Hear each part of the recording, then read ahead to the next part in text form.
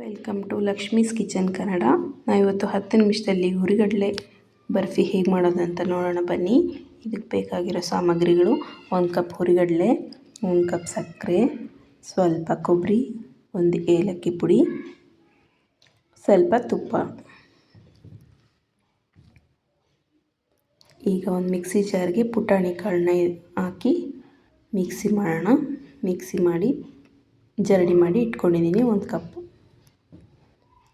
ಈಗ ಒಂದು ಪ್ಯಾನ್ಗೆ 1 ಕಪ್ ಸಕ್ಕರೆ, ಅರ್ಧ ಕಪ್ ನೀರು ಹಾಕಿ ಪಾಕ ಮಾಡೋಕ್ಕಿಡೋಣ.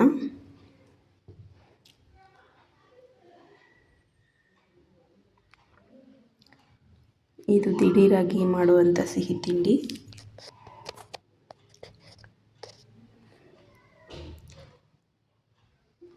ಪಾಕ ಬರೋಷ್ಟರಲ್ಲಿ ನಾವೊಂದು ಪ್ಲೇಟಲ್ಲಿ ಸ್ವಲ್ಪ ತುಪ್ಪ ಹಾಕಿ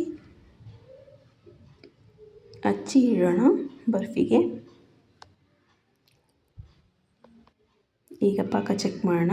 ಒಂದು ಪ್ಲೇಟಲ್ಲಿ ನೀರು ಹಾಕ್ಬಿಟ್ಟು 3 ಡ್ರಾಪ್ ಈ ಥರ ಹಾಕಿ ಚೆಕ್ ಮಾಡಿದರೆ ಆ ಪಾಕ ನೆಲದಲ್ಲಿ ಹೋಗಿ ಕುತ್ಕೊಬೇಕು. ಈಗ ಪಾಕ ರೆಡಿಯಾಗಿದೆ. ಇದಕ್ಕೆ 1 ಸ್ಪೂನ್ ತುಪ್ಪ, ಸ್ವಲ್ಪ ಏಲಕ್ಕಿ ಪುಡಿ ಹಾಕಿ ಹುರಿಗಡಲೆ ಹಿಟ್ಟನ್ನ ಹಾಕೋಣ. ಇದನ್ನು ಚೆನ್ನಾಗಿ ತಿರುಗಿಸೋಣ. ಈ ಟೈಮಲ್ಲಿ ಗ್ಯಾಸ್ ಆಫ್ ಮಾಡೋಣ. ಇದು ಚೆನ್ನಾಗಿ ಕಲಸಿದ ಮೇಲೆ ನಾವು ತುಪ್ಪ ಹಚ್ಚಿರೋ ಪ್ಲೇಟಿಗೆ ಟ್ರಾನ್ಸ್ಫರ್ ಮಾಡೋಣ.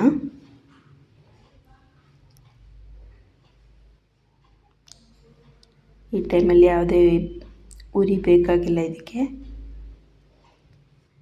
ಪಾಕಕ್ಕಷ್ಟೇ ಬೇಕಾಗಿರೋದು. ನಾವು ಇದನ್ನು ತಟ್ಟೆಗೆ ಟ್ರಾನ್ಸ್ಫರ್ ಮಾಡಿದ್ದೀವಿ. ಈಗ ಇದ್ರ ಮೇಲೆ 1-2 ಸ್ಪೂನ್ ಒಣ ಕೊಬ್ಬರಿ ತುರಿ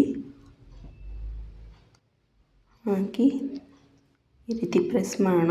ಅದರಿಂದ ಕೊಬ್ಬರಿ ಪುಡಿ ಬರ್ಫಿಗೆ ಹತ್ಕೊಳ್ಳುತ್ತೆ. ಈಗ ನಾವು ಬೇಕಾದ ಶೇಪಿಗೆ ಕಟ್ ಮಾಡ್ಕೋಬೋದು.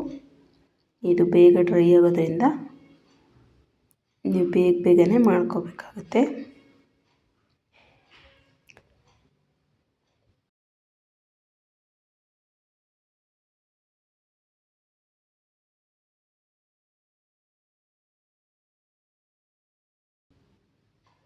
ನೋಡ್ತಾ ಇರ್ಬೋದು, ಪರ್ಫೆಕ್ಟಾಗಿ ಬಂದಿದೆ.